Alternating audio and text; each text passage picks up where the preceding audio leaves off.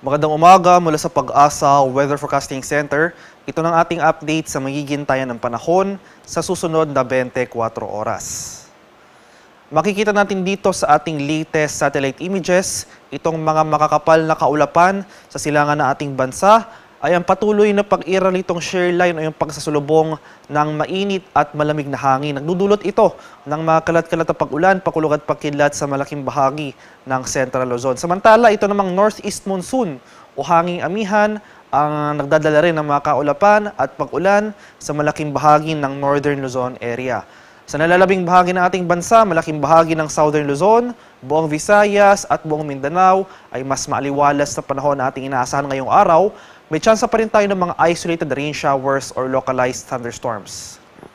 At para naman sa magiging lagay ng ating panahon ngayong araw dito sa Luzon, dahil sa epekto ng northeast monsoon o hanging amihan, buong Northern Luzon, ito yung mga rehiyon ng Ilocos Region, Cagayan Valley at Cordillera, makakaranas tayo ng mataas na tsansa ng kaulapan.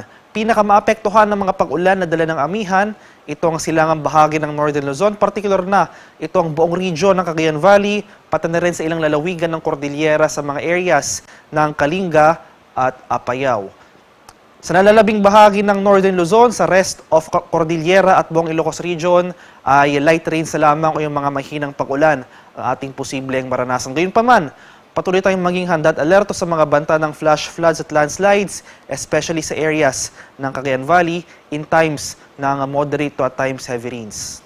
Samantala, ito namang shear line o yung pagsasulubong ng mainit at malamig na hangin, more in particular yung convergence ng ating northeasterly winds na dala ng amihan at yung easterlies o yung mainit na hangin galing sa Karagatang Pasipiko ay makakaranas rin tayo ng mataas na tsansa ng kaulapan. May mga kasamang kalat-kalat na pag-ulan, pakulog at pagkidlat dito sa Metro Manila area at sa mga karatig na lalawigan dito sa buong Central Luzon, buong Calabarzon at itong lalawigan ng Camarines Norte. Kaya maghanda rin tayo sa mga banta ng biglang pagbaha at pagguho ng lupa, lalong-lalo na kung tuloy-tuloy ang pag-ulan na mararanasan. Sa nalalabing bahagi ng Luzon, sa malaking bahagi ng Kabikulan at sa buong Mimaropa ay mas maaliwalas na panahon nating inaasahan. May tsansa pa rin ng mga localized thunderstorms pagsapit ng hapon hanggang sa gabi. Temperature forecast para sa Lawag ngayong araw, posible maglaro mula 24 to 32 degrees Celsius. 16 to 21 degrees naman dito sa Baguio City at 22 to 25 degrees Celsius sa Tuguegarao. Temperature forecast para sa Metro Manila ngayong araw ay mula 24 to 28 degrees Celsius. 22 to 26 degrees naman dito sa Tagaytay at 24 to 32 degrees Celsius sa Legazpi City. Temperature forecast para sa Puerto Princesa ngayong araw ay mula 25 to 32 degrees Celsius at 26 to 32 degrees naman dito sa Kalayaan Islands. Sa bahagi naman ng Visayas at Mindanao, buong Visayas at buong Mindanao ay makakaranas tayo ng generally fair weather conditions, mainit at maalinsangan buong araw at pagsapit ng hapon hanggang sa gabi, may tsansa tayo ng mga pag-ulan na dala ng localized thunderstorms. Temperature forecast para sa Iloilo ngayong araw ay mula 26 to 32 degrees Celsius. 26 to 32 degrees rin dito sa Cebu at 26 to 33 degrees Celsius sa bahagi ng Tacloban.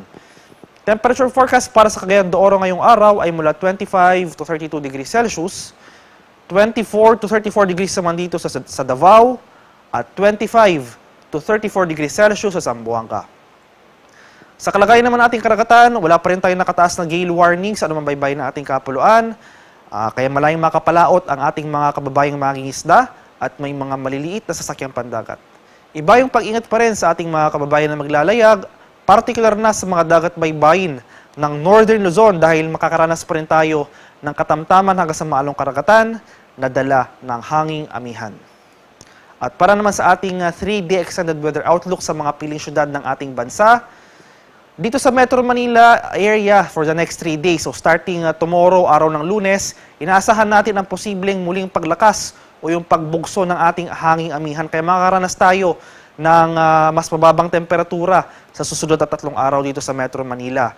May tsansa tayo ng mga kaulapan at mahihinang pag-ulan bukas araw ng Lunes at pagsapit naman ng Martes, posible nating muling maranasan yung epekto nitong shear line o yung pagsusulubong ng mainit at malamig na hangin. Kaya asahan natin may mga kasamang kalat-kalat na pag-ulan, pagkulog at pagkilat ang mga kaulapan na nadala ng shear line. Kaya muli tayong maging handa at alerto sa mga banta ng flash floods at landslides.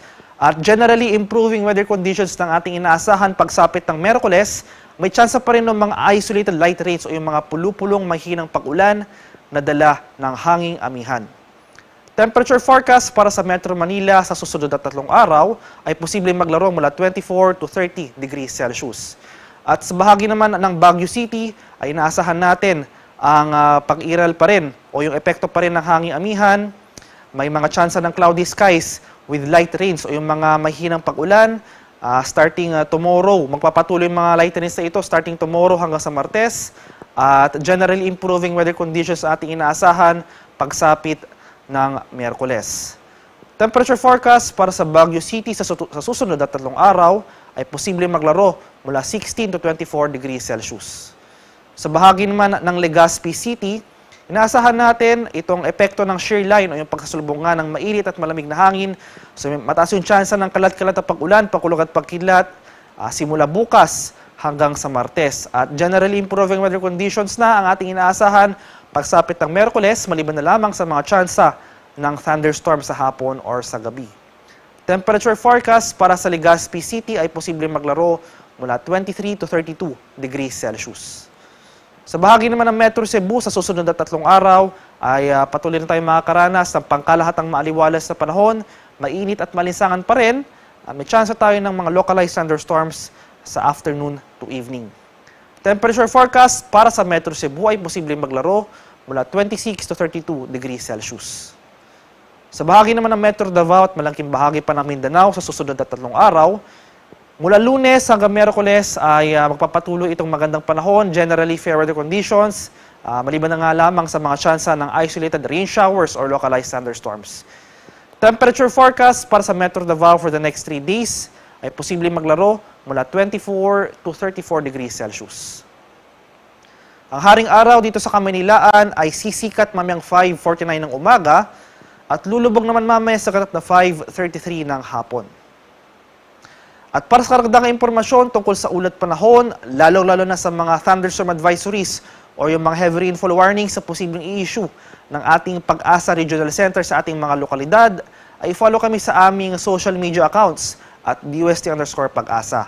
Mag-subscribe na rin kayo sa aming YouTube channel sa DOST Pag-asa Weather Report at palaging bisitahin ang aming official website sa pag-asa.dost.gov.ph.